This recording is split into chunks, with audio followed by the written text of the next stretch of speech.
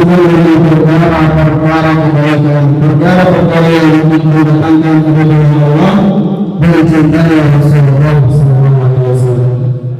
Mungkin sebaliknya, tanpa bertanya Allah Subhanahu wa Ta'ala kepada seorang hamba, manakala hamba ini disebutkan dengan perkara-perkara yang mengabaikan, yang mendatangkan murka dan azabnya Allah Subhanahu wa Ta'ala. Maka dengan Allah Subhanahu wa Ta'ala, ketika Imam Syafi'i radhiyallahu ta'ala selesai dengan bersama guru beliau namanya Sufyan bin Uyainah, maka ketika selesai ngaji dari guru beliau Sufyan bin Uyainah, beliau berangkat lagi ke Imam Malik bin Anas. Maka perjalanan dari Imam Malik itu menggunakan unta kurang lebih 1 bulan. Maka Imam Malik ini berangkatnya bareng teman-teman beliau ngaji kitab Al-Waqa sama Imam Malik. Maka dalam perjalanan ini Imam Syafi'i tidak membawa kitab Al-Waqa, yang membawa kitab Al-Waqa itu teman beliau. Maka dipilih sama Imam Syafi'i. Sini pinjam kitabnya, dipinjam, dibaca sama Imam Syafi'i, dibaca selama perjalanan 1 bulan. Kitab Muwatta itu isinya kurang lebih 100.720 hadis. Kurang lebih 1.720 hadis. Itu hadisnya 600 dan sisanya itu asal-usulnya sahabat dan perkataan tabi'in. Kurang lebih 1.720 hadis. Makanya itu dibaca sama Imam Syafi'i sebelum sampai kota Madinah sudah dihafal sama Imam Syafi'i. Maka akhirnya bagaimana ketika sampai di kota Madinah, Imam Syafi'i menemui gubernur di kota Madinah. Maka dia bilang, Assalamualaikum. Waalaikumsalam. Maka gubernur Madinah, saya mau ketemu sama Imam Malik bin Anas. Maka gubernur Madinah ini bilang sama Imam Syafi'i, wahai Tuhan, saya lebih sanggup memindahkan gubernur daripada ketemu sama Imam Malik bin Anas. Saking berubahnya berlalu-lalu Imam Malik bin Anas. Maka karena gubernur Madinah ini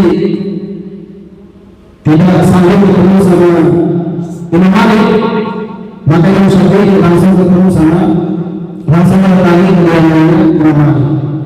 Maka Imam Syafi'i salam, Assalamualaikum dan Waalaikumsalam.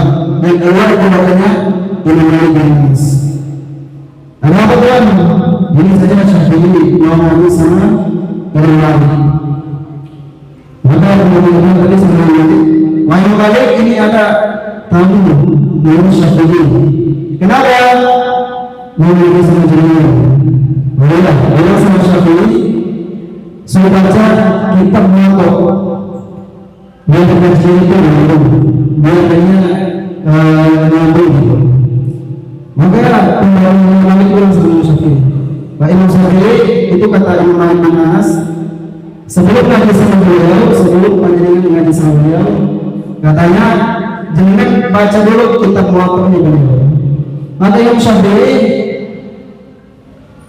Tuhan sampaikan sama Imam Malik dengan kitab Muwatta yang hadisnya yang diriwayatkan 1.720 sudah ada dalam kepala.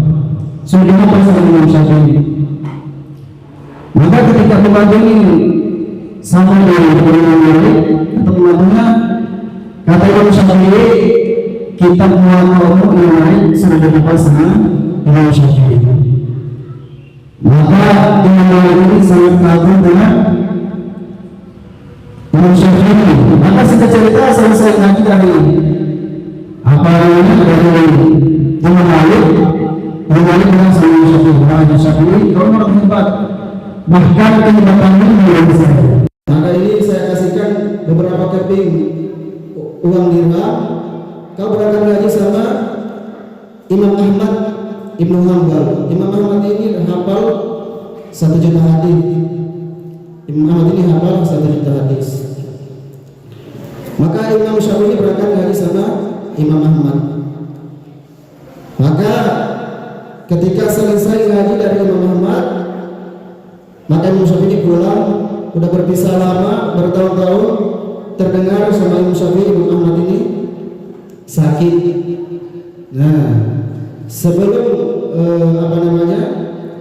Imam Syafi'i jadi orang hebat, maka ada ikhtilaf di antara Imam Syafi'i sama Imam Ahmad. Di antaranya doa kunut.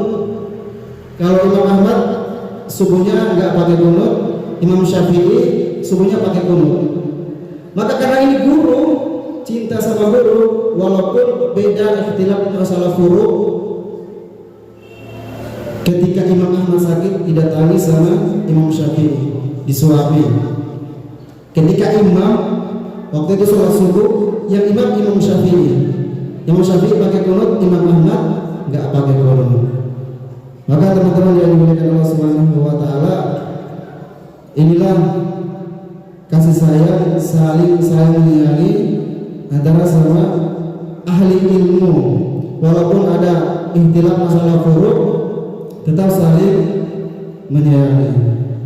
Maka teman-teman yang dimuliakan Allah Subhanahu wa taala, ketika saya ngaji kitab Balaghah Syamawiyah bersama Gus Khalil Ahmad, itu beliau menceritakan tentang ada orang yang pejuang yang sangat miskin, namanya Julaibib. Julaibib orangnya jelek, pendek, hitam, gendut, miskin, gak punya harta. Ini Julaibib ini tidurnya di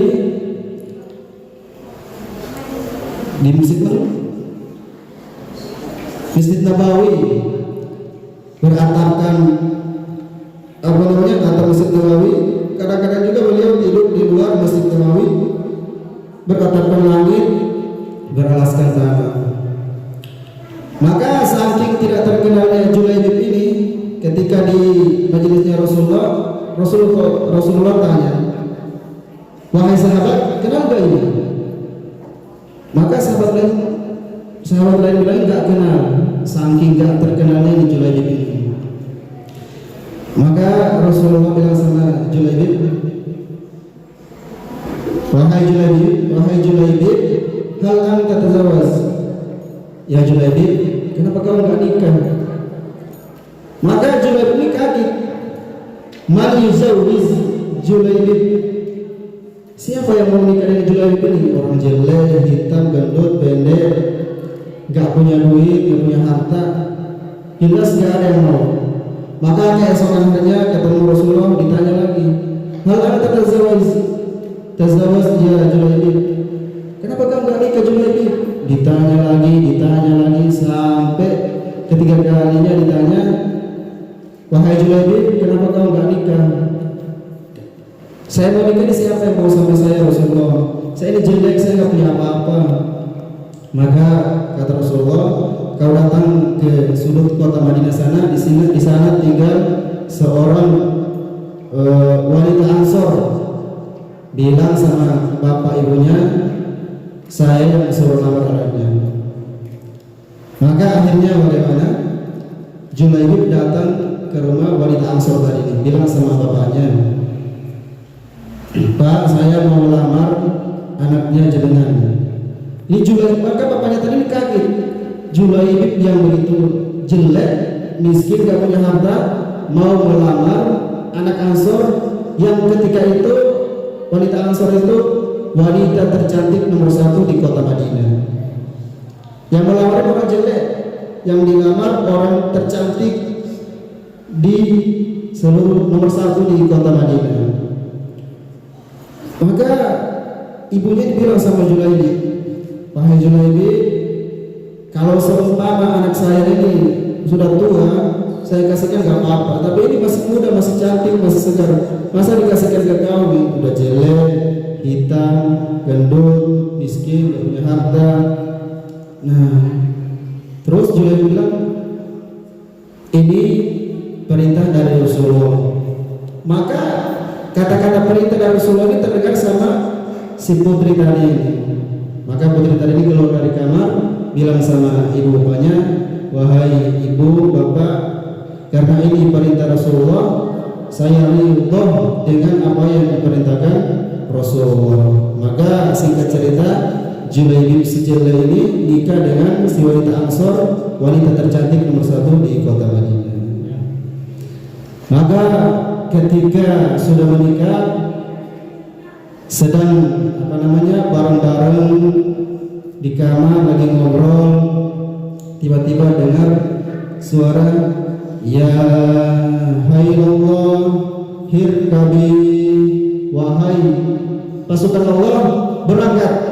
Ini tengah-tengah ketika lagi ngobrol sama istri pengantin baru, orang jelek ketemu sama orang cantik itu kan senang. Nah, ketika di tengah-tengah senang ini datang perintah disuruh berangkat, suruh berjuang. Maka si wanita tercantik tadi, si cantik tadi ditinggal sama Julaibib berangkat untuk berjuang, pulang-pulang tinggal nama. Jadi Julaibib ini wafat syahid di medan perang. Maka Rasulullah mendengar wafatnya Julaibib ini, beliau sedih menangis. Jenazahnya Julaibib ini ditaruh di atas pahanya Rasulullah. Kemudian wajahnya Julaibib ini ditutup dengan tangannya Rasulullah. Maka sahabat bertanya, ya Rasulullah, kenapa wajahnya Julaibib ditutup pakai tangan? Maka kata Rasulullah, saya melihat begitu banyak bidadari yang berebutan mau melihat wajahnya Julaibib.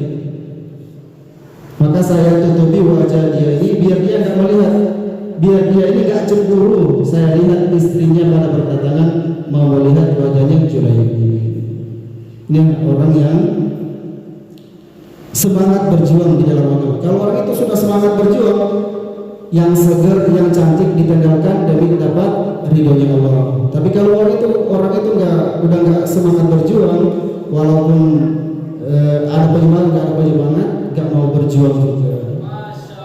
Makanya amal itu kalau disertai dengan cinta dan dengan karena Allah, maka semua itu mudah-mudah saja. Insyaallah ta'allam falaisal mar'u yuladu aliman. Ini yang diamalkan sama Imam Syafi'i, Imam Malik, Imam Ahmad dan ulama-ulama yang sudah pernah jadi orang hebat dahulu.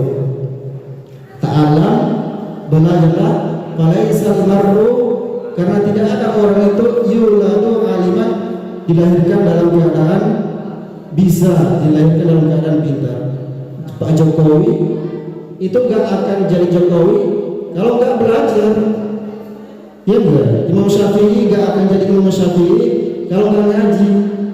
Imam Ahmad bin Hanbal bisa hafal 1 juta hadis, itu nggak akan jadi Imam Ahmad kalau nggak ngaji. Insyaallah. Maka teman-teman yang dimuliakan Allah Subhanahu Wa Taala, umur kita yang masih muda ini kita niatkan, kita azamkan dalam hati, kita akan gunakan untuk ngaji sampai sebelum wafat masih dalam keadaan buka kita, insyaallah. Maka cukup sekian dari saya, kurang lebihnya minta maaf. Assalamualaikum warahmatullahi wabarakatuh. Allahumma